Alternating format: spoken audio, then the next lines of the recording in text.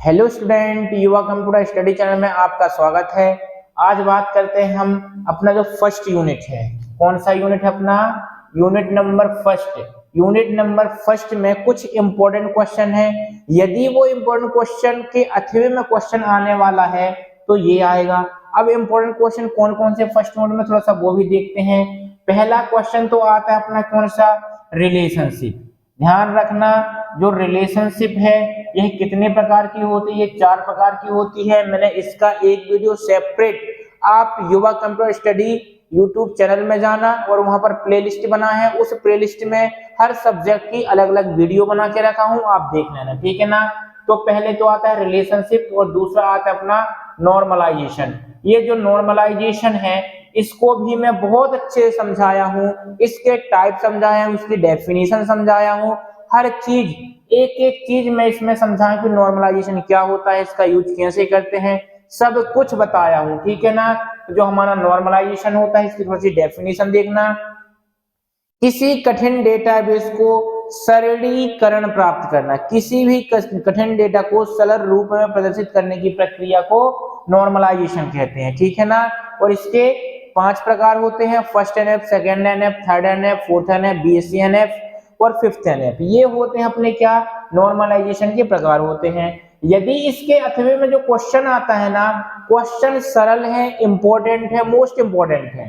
MS access में database के कितने भाग होते हैं, प्रत्येक भाग को समझाइए। अब पहली चीज कि सर ये एमएस एक्सेस में प्रत्येक भाग को समझाइए, ये कुछ बात खली नहीं। तो देखो, कहने का मतलब इनका ये है कि जो आप एमएस एक्सेस पूरा सॉफ्टवेयर होता है, सबसे पहले आप हेडिंग लिखना है एमएस एक्सेस, ठीक है ना, और डैश करके आगे लिखना कि जो एमएस एक्सेस है वो डेटाबेस और रिलेशनल डेटाबेस मैनेजमेंट सिस्टम है, जो एमएस ऑफिस का एक भाग है। एमएस ऑफिस का एक एप्लीकेशन है जिसका उपयोग हम डेटाबेस मैनेजमेंट सिस्टम बनाने के लिए करते हैं और इसके साथ साथ रिलेशनल डेटाबेस मैनेजमेंट सिस्टम को बनाया जाता है, ठीक है ना।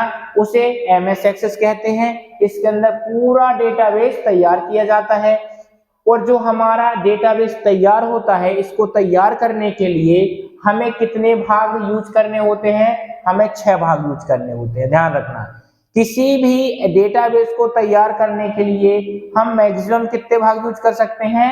6 भाग यूज कर सकते हैं। उन एक एक भाग को मैं बताता हूं कैसे हम यूज करेंगे। तो स्टार्ट करते हैं अब ये क्वेश्चनों का। सबसे पहली बात मैं आपको ये क्लियर कर दूं कि आप यदि एमएस एक्सेस चला रहे हैं तो आपको टेबल बनानी आना चाहिए।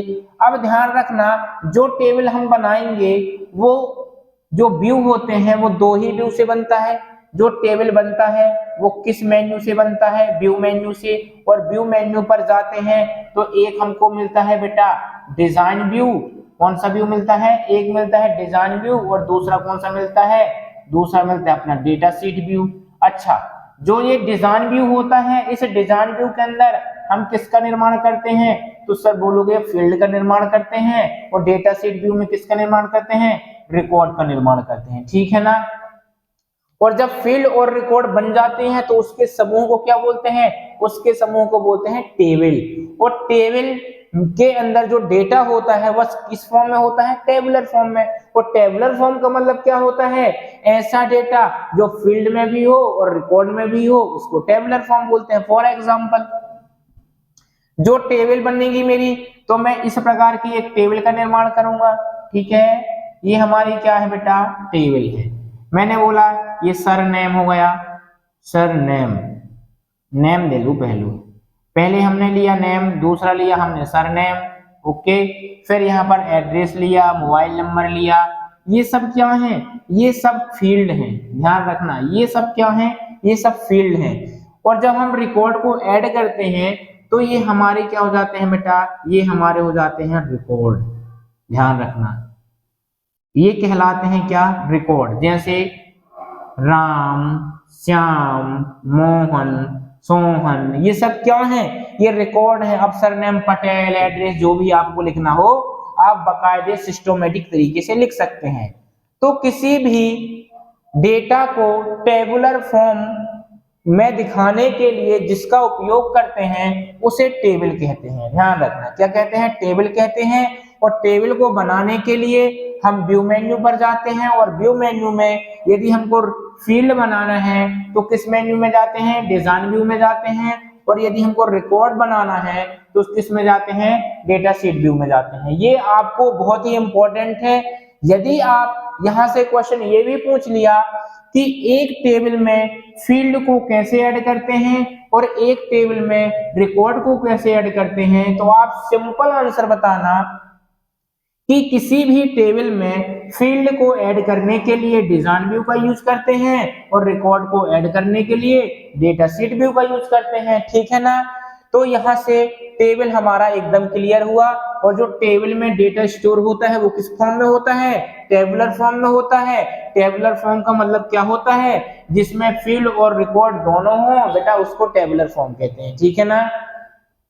तो अब बोलोगे सर एकदम बिल्कुल क्लियर समझ में आ गया। तो क्लियर समझ में आया तो बेटा लाइक भी कर देना। ठीक है? इसके बाद आता है क्वेरी। क्वेरी का मतलब क्या होता है? क्वेरी का मतलब होता है, हाँ, क्वेरी का मतलब ये होता है कि मैंने एक ये क्या बना लिया? टेबल बना लिया। अब जब मैं टेबल बनाया तो टेबल में से किसी एक फील्ड को अलग करने की प्रोसेस, किसी भी टेबल में से या किसी भी डेटा शीट में से, ठीक है ना, किसी एक फील्ड को अलग करने की प्रोसेस क्या कहलाती है? क्वेरी कहलाती है। इसलिए मैंने यहां पर लिखा है टेबल। टेबल में से किसी भी एक फील्ड को अलग करने की प्रक्रिया को क्या बोलते हैं बेटा? क्वेरी बोलते हैं। ठीक है ना? अब क्वेरी के स्टेप क्या होंगे, टेबल के स्टेप क्या होंगे, ये मैं जब अलग अलग वीडियो बनाऊंगा तो अलग अलग बता दूंगा। और वीडियो बनाया भी हूं कि टेबल कैसे बनाते हैं, क्वेरी कैसे बनाते हैं, फॉर्म का निर्माण कैसे करते हैं, रिपोर्ट कैसे चलाते हैं, मैक्रो। आप मेरी प्लेलिस्ट में जाना, उसमें एक एक क्वेश्चन आपको बाकायदे सिस्टमैटिक स्टेप के साथ मिलेंगे। ठीक है ना? तो यहां से मैं क्वेरी बता दिया। और जो क्वेरी का जो हमको स्ट्रक्चर मिलता है वो कहलाता है डाटा सेट। ठीक है ना? अब बोलोगे सर एक चीज और बताएं आप, ये टेबल में से रिकॉर्ड को हम तो अलग कर लिए, तो इस प्रोसेस को क्या बोलते हैं? सॉरी, टेबल में से एक फील्ड को तो अलग कर लिए, तो इस प्रोसेस को आपने बोल दिया क्वेरी है। लेकिन किसी भी टेबल में से यदि मैं एक रिकॉर्ड को अलग करता हूं तो ये प्रोसेस क्या कहलाती है? ये प्रोसेस कहलाती है फिल्टर। और आपके क्वेश्चन में आता है कि क्वेरी एंड फिल्टर से आप क्या समझते हैं? चरण दीजिए या स्टेप लिखिए। ठीक है ना? जो मैं पिछली वीडियो में बहुत ही सरल भाषा में आपको बताया हूं। इसके बाद आता है फॉर्म। फॉर्म का मतलब क्या होता है? अनटेबुलर फॉर्म में होता है। कहने का मतलब एमएस एक्सेस के अंदर जो डेटा होता है वो किस में? टेबल में कौन सा डेटा है? टेबुलर फॉर्म में होता है। लेकिन यदि इसी डेटा को मैं चाहता हूं किसको फॉर्म बना दूं, तो फॉर्म होता कैसे है पहले वो देखना। मैं यहां पर देता हूं नेम। ठीक है? तो यहां पर नेम लिखने के लिए आता है। यहां पर मैंने दिया सरनेम, तो यहां पर आता है सरनेम लिखने के लिए। यहां पर मैंने दिया एड्रेस, तो ये आता है किसमें? एड्रेस लिखने के लिए।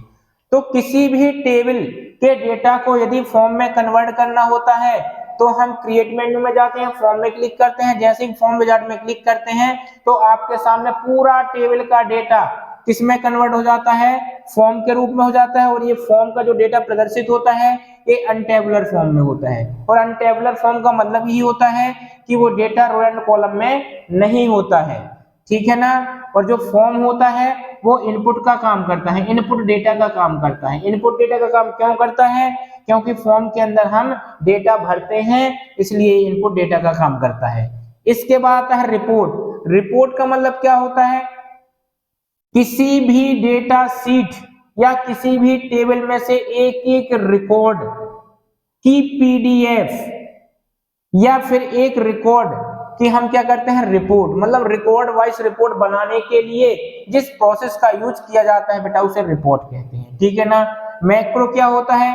एमएस एक्सेस के अंदर किसी भी प्रकार, एमएस एक्सेस के अंदर किसी भी प्रकार की टेबल को तैयार करने के लिए जिसका उपयोग किया जाता है उसे मैक्रो कहते हैं। और मैक्रो एक रिकॉर्ड के रूप में भी, या इसको मैं बोल देता हूं कि जैसे जैसे हम टेबल बनाते हैं ना, उसको रिकॉर्ड करते चलते हैं, और जब ये क्रिएट हो जाता है तो इसको स्टॉप कर देते हैं, राइट। मॉड्यूल क्या होता है अपना? मॉड्यूल ये कहलाता है कि एमएस एक्सेस का जब हम डेटा स्टोर करते हैं तो वह डेटा स्टोर करने का स्ट्रक्चर क्या शो करता है, वो क्या कहलाता है? अपना मॉड्यूल। मतलब जो फॉर्म होता है वो अनटेबुलर फॉर्म में होता है, और जो हमारे टेबल में डेटा होता है वो टेबुलर फॉर्म में होता है। तो इनका स्ट्रक्चर ही क्या कहलाता है बेटा? मॉड्यूल कहलाता है, ठीक है ना। तो ये क्वेश्चन इंपॉर्टेंट है बहुत ज्यादा। इसके बाद मैं और भी यूनिट से इंपॉर्टेंट क्वेश्चन आपको लेके आऊंगा। तो इस वीडियो को यहीं फिनिश करता हूं। वीडियो पसंद आए तो लाइक करें, शेयर करें, सब्सक्राइब करें। धन्यवाद।